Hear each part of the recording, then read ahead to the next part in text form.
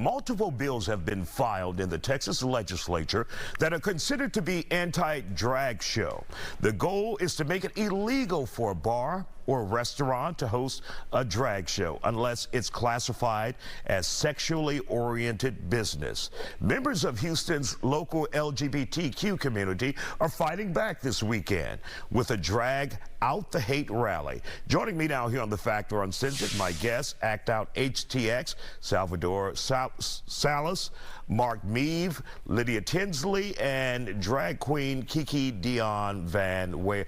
Kiki, you have to cut that name down. I know. That makes it magical. That's a long-ass name. It is. So first of all, though, when you see the hate coming from the Texas legislature, not just here, in many states, there are pieces of legislation aimed at drag queen shows that may cater to young people or children. Your thoughts on this latest legislation coming here in Texas? I just think with all, there's just so much that is compiled on us that just isn't true.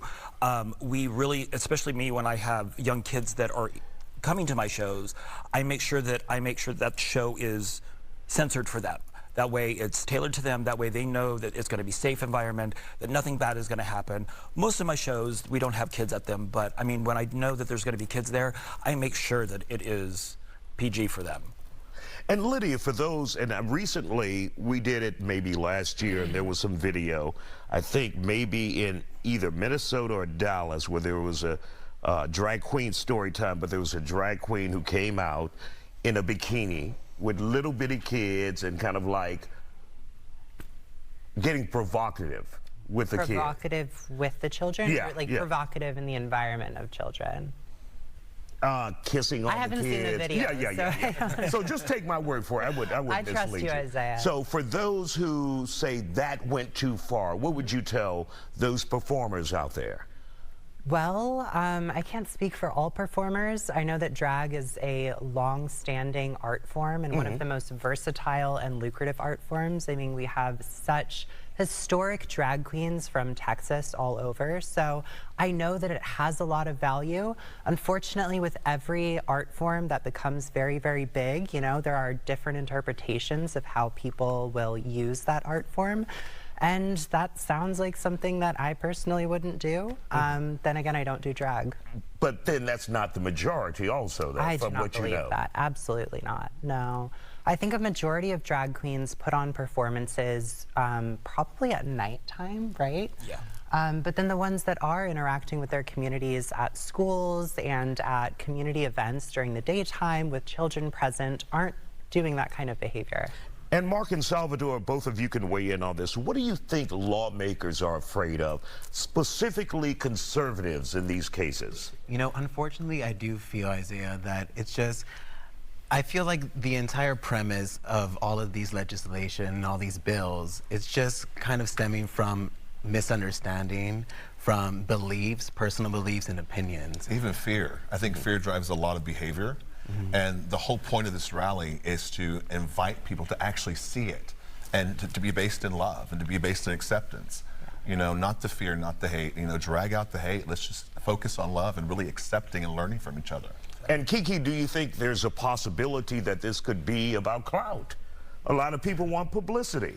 And I think there was some odd state where there are probably 3 people who live there. Yeah. And they came with anti-drag legislation. Yeah. And I'm thinking, we talked about it in the meeting, I'm like, that's somebody who wants attention instead of there being a real issue in their community. Yeah, exactly. I mean, I believe in some instances that may be the case, but I think in a lot of the majority of them, I think people just have a lot of really strong feelings about this entire situation, about, you know, what is going on and what is happening at these shows. And that's what this is really about. It's about opening up that dialect and the lines of communication, so that way it's separating it. It's that way we know who is doing it for clout or who is actually really bothered by this.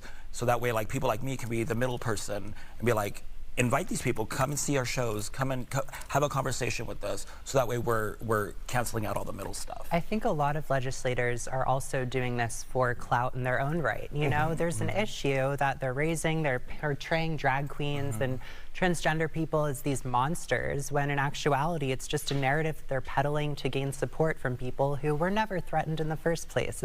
It's absurd. And we've seen legislation after legislation, do you feel like, Lydia, there is, or the LGBTQ community in general is under fire? I definitely do. I think it's unwarranted why we're so under fire, and I think the majority of people don't have such strong opinions about our existence. You know, I exist in the world as a transgender woman amongst people all the time of all sorts of walks of life, and the mutual understanding is that respect, compassion, empathy, and love are warranted for all. So the legislation just seems so out of left field and not true to what I understand a lot of Texans want. And not that anyone would just like ordinarily know, but do people come up to you and ask? Is that even a question that you get? Because I can't tell. Well, it's not really about being able to tell or not. No, I mean, but that's my question. Oh, of course. Yeah. I don't think I get asked that very often, no. Not to my knowledge, at least not to my face, maybe behind my back. And for those, Mark and Salvador, who want to get involved in this effort, this campaign, what would you tell them to do? Absolutely. You know, as two gay men, newlyweds, if anything, I do. Hell, y'all married?